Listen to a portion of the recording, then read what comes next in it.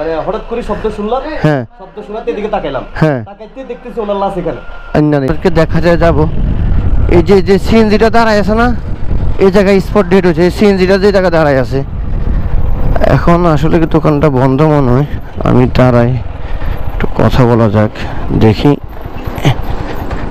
বিস্তারিত একটু জানবো।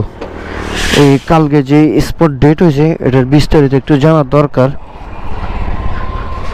দেখি কথা বলা যায় কিনা। আসসালামু আলাইকুম, কি অবস্থা ভাইয়া? আসলে কি 2 মিনিট সময় দিবেন? এই কালকে যে বিষয়টা, এটা কি কারণে ঘটছিল, মানে সব কিছু কিন্তু ওনার হাতে ছিল, তো কি না লাগার কারণে মাথায় এই সমস্যাটা হয়েছে? আসলে আমি এখানে কাজ করতেছি। হ্যাঁ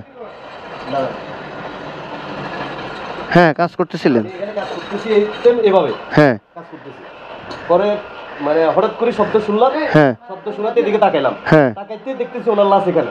ইন্নালিল্লাহ। হ্যাঁ, বাসটা একেবারে চলে গেল, এই ফেনীর দিকে চলে গেল, আমাদের ফেনী সোনাগাজী রোড বাস। হ্যাঁ হ্যাঁ, ফেনী সোনাগাজীর বাস। হ্যাঁ, মানে কিভাবে হইলো, কেমনে হইলো এটা খেয়াল করি, এটা তো মানে হঠাৎ শব্দ।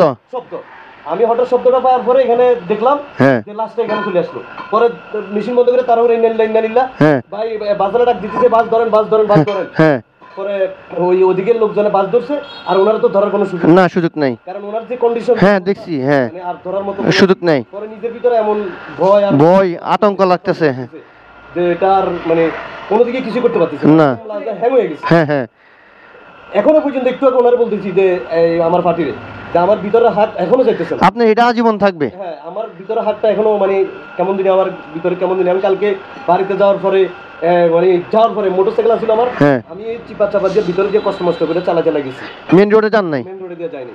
বাড়িতে যাওয়ার পর আমি একবারে শোয়ার পরে ইফতারের আগে দিয়ে উঠছি, মানে আমি আর এগুলা করতে পারতেছি না। আমি ইফতার পর্যন্ত একসাথে সবার সাথে খাই, আলাদা আমার কিছু আইনে দিচ্ছে, আমি টুকটাক খাই। মানে এটার কাহিনী হচ্ছে আপনার যেটা হোক, রাস্তা চলাচল করবে সবাই যদি সাবধান, এবং কি হেলমেটটা যদি অবশ্য ওনার যদি হেলমেটটা থাকতো, হ্যাঁ, তাহলে আজকে আমার মনে হয় যে এত ক্ষতি হতো না। হ্যাঁ, হেলমেটটা একেবারে জরুরি দরকার ছিল।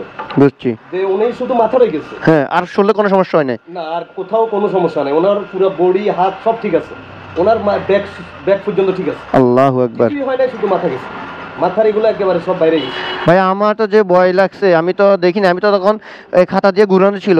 তো আমি আপনার কাছে আছে একটা উদ্দেশ্যে, যে ওনার সাথে একটু কথা বলি, বাইরে একটু সান্ত্বনা দিব, কারণ একটা আতঙ্কের ভিতরে যদি আপনারা সান্ত্বনা না দিই, তাহলে এটা আমরা কোনো মানুষের কাতার না। আমি কালকে নিজ উদ্যোগ থেকে এই সব বাইকারকে এগুলো দিচ্ছি যে হেলমেট ব্যবহার করেন, আপনার পরিবারের একটা বিপদ সারা জীবনে কান্না। হ্যাঁ, আমার ভিডিওগুলো সবে আমি এই ফেসবুক ইউটিউবে দিই। আমি কালকে উদ্যোগ নিছি, এই কাগজগুলো প্রায় আমি 50-100 জন দিয়ে দিছি বর্তমানে। হ্যাঁ, এই ফেসবুক ইউটিউব দুটোটা আছে, যে ফেসবুক ইউটিউব আপনারটাও আসবে ইনশাল্লাহ। আর একটু দোয়া কলমা পড়েন, তাহলে ভয় কাটি যাইব, বুঝছেন?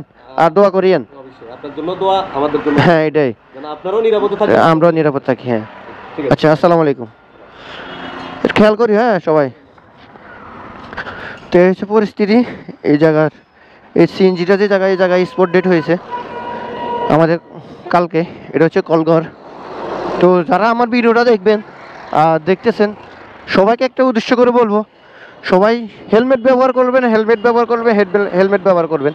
আমি এই লোকটার কাছে কথা শুনে বুঝতে পারছি, যদি হেলমেট থাকতো আজ এই লোকটার এত ক্ষয়ক্ষতি হতো না, বা মৃত্যুটা এই জায়গা হতো না, আর কার মায়ের কল খালি হয়ে গেল। যাক, সবাই ভালো থাকবেন, সুস্থ থাকবেন। ওই লোকটার জন্য দোয়া করবেন, আমার জন্য দোয়া করবেন, আর আল্লাহ যেন সবাইকে হেফাজতে রাখে। তো আসসালামু আলাইকুম, ভালো থাকবেন, সুস্থ থাকবেন। আবার দেখা হয়ে যাবে অন্য কোনো ভিডিওতে।